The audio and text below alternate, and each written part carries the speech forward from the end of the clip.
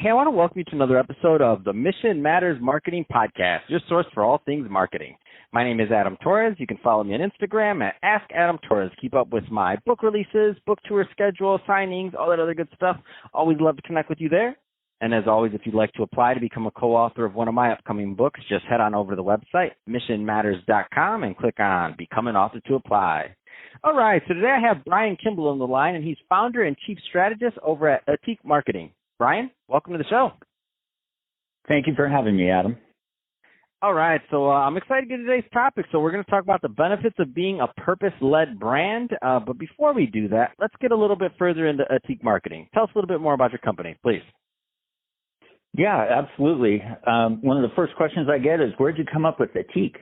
And I'll tell you, it's spelled E-T-H-I-K-E. It's based on an Aristotelian philosophy that he outlined in Nicomachean Ethics, where he describes how your character is reflected in your behavior, and how in today's world of branding, there's a lot of different philosophies of archetypes and character traits and personality, and you talk all about, you're skirting the issue of really how does your brand behave.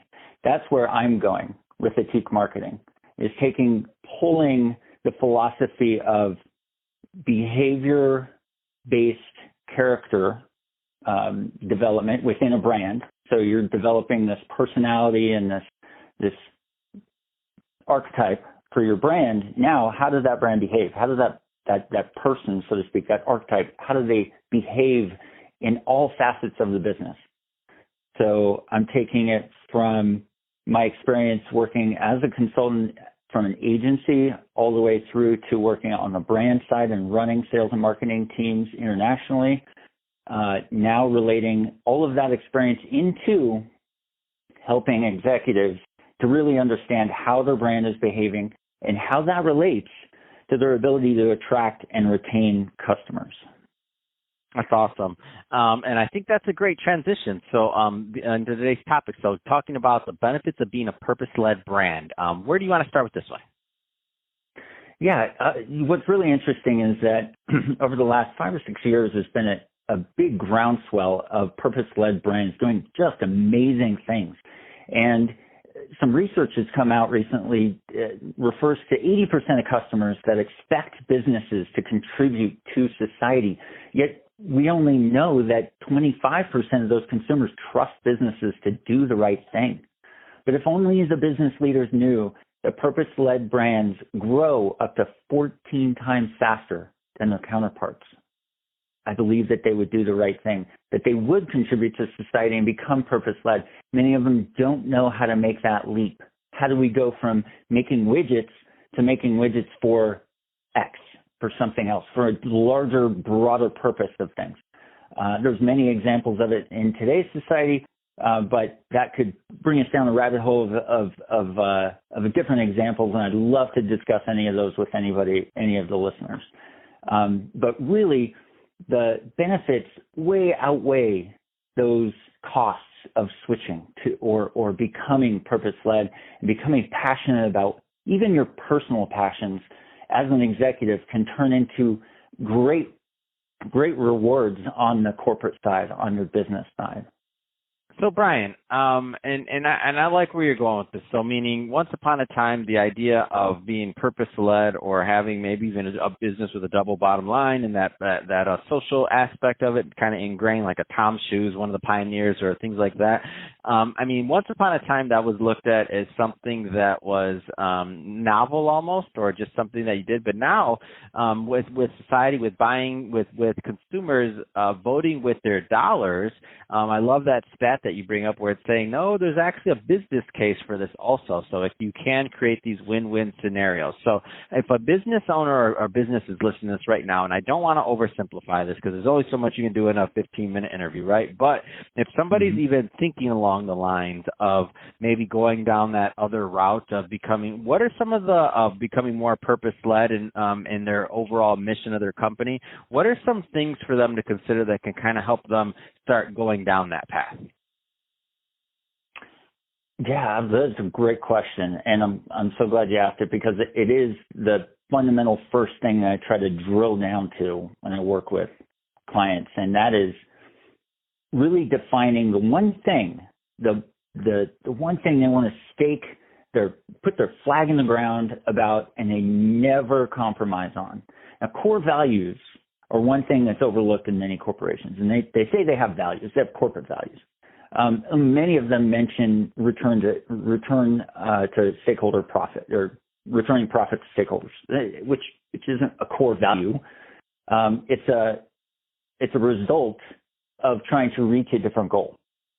So what we want to do is really get to the heart of what could drive a company to not only create more than just a physical product or a service, but also to retain employees, to get the employees to be extremely excited about going to work every day and drive them. So sometimes this is driven from the executive, and in small companies, it always is driven by the executives. A larger company example would be Patagonia. Yvon Chouinard, they're kind of the flagship example of this, where he was absolutely driving forward his belief in sustainable environmental policies within regard to their corporate structure and how they source the products, et cetera, and how they support environmental sustainability now and conservation. So that has attracted that type of employee and that type of customer. And it turns out there are a lot of those customers.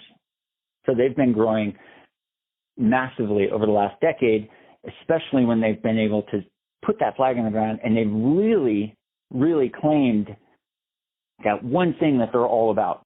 They're not trying to be everything to everyone, because if you try to be everything to everyone, you're not going to please anyone. You really want to do that. You want to be polarizing. And many executives don't want to lose customers, and they think that being polarizing will lose customers. Well, being polarizing will get customers, will get the customers you want, will get your brand advocates, will make them customers for life. So the most difficult part of what I do is to help executives define that one thing that really makes them stand out and be different. And that's what it is to try to help them to get to that point. Yeah, it's so tricky, and it's always like that when you're thinking about, and you use the word polarizing, I just like to say you got to pick your niche. I mean, we got to make it, you know what I mean? Like, you just have to pick your niche and what you want to do, and you have to get better at it, and you have to continue going down that path. And for us entrepreneurs out there, that can be hard, right? Because we want to keep on, like, we have ideas, and we want to do other things, right? But you can't. You have to keep going further down.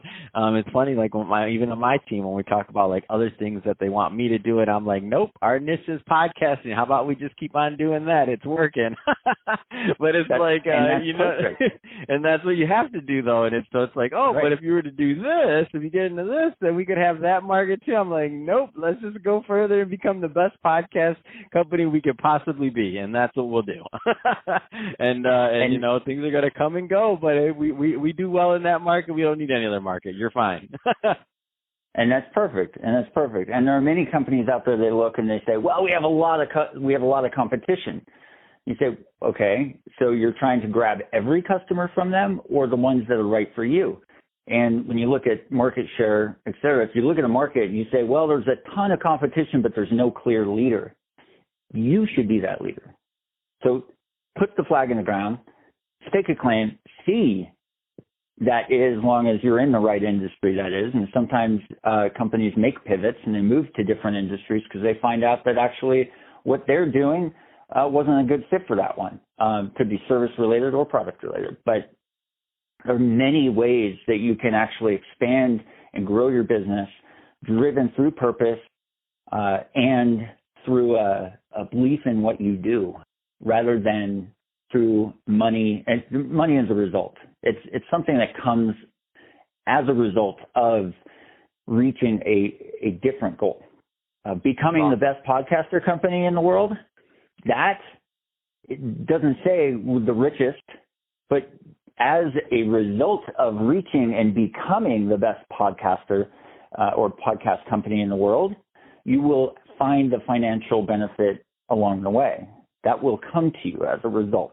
So that's the key differentiator. You have to get away from the big greed mentality that kind of grew out of the 80s and the businesses that grew out of there and became these behemoth companies that are all about shareholder value, but not about consumer value, not about conscious consumerism, not about thinking circularity within your supply chains, not thinking about where the product's going after the end of life cycle. Those are all very important questions and very relevant for not just today, but tomorrow and the next 5 generations. So, Bryan, if somebody's listening to this and they want more information on Etique Marketing or working with you and your team, I mean, what's the best way for them to reach out? Yeah, they can learn a little bit more on etiquemarketing.com, and that's ETHIKE marketing.com. And they can also find me very easily on LinkedIn. Bryan Kimbell, BRYAN, Kimbell, KIMBELL. And I would love to chat with anybody. I always, talks like this are free. So I love chatting with motivated entrepreneurs, and definitely would love to hear from any of your listeners. And if they tell me that they're a listener of this podcast of Mission Matters, then I definitely work out a better initial consultation for them. That would awesome. Be meaningful for me, because then they actually already connect with the message that I'm putting out there. Fantastic. Well, Bryan, really appreciate you coming on the show today and sharing more about your background, all the great work you're doing over at Etique Marketing for your clients and to the listeners. As always, thank you for tuning in. Hope you got a lot of value out of this. If you did, don't forget to subscribe to the podcast, leave me a review on the Apple iTunes Store, and if you're watching this on our YouTube channel, Mission Matters Marketing, definitely give us a subscribe there, but also leave us some comments on the video. I mean, love to know what kind of projects and things that you're working on. And Bryan, thanks again for coming on the show. Thank you.